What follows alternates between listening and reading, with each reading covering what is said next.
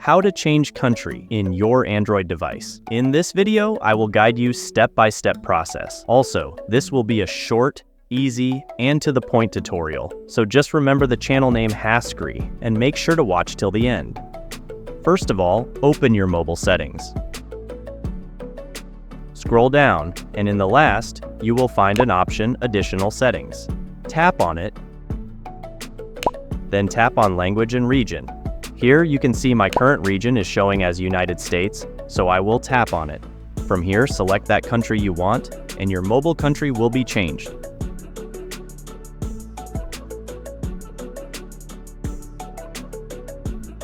If this option is not showing in your device, then go to the search bar in Settings and search for Region. Once you will click on it, you will head to this exact same page, and your problem will be solved. If you found this video helpful, make sure to leave a like and subscribe to our channel. Thanks for watching.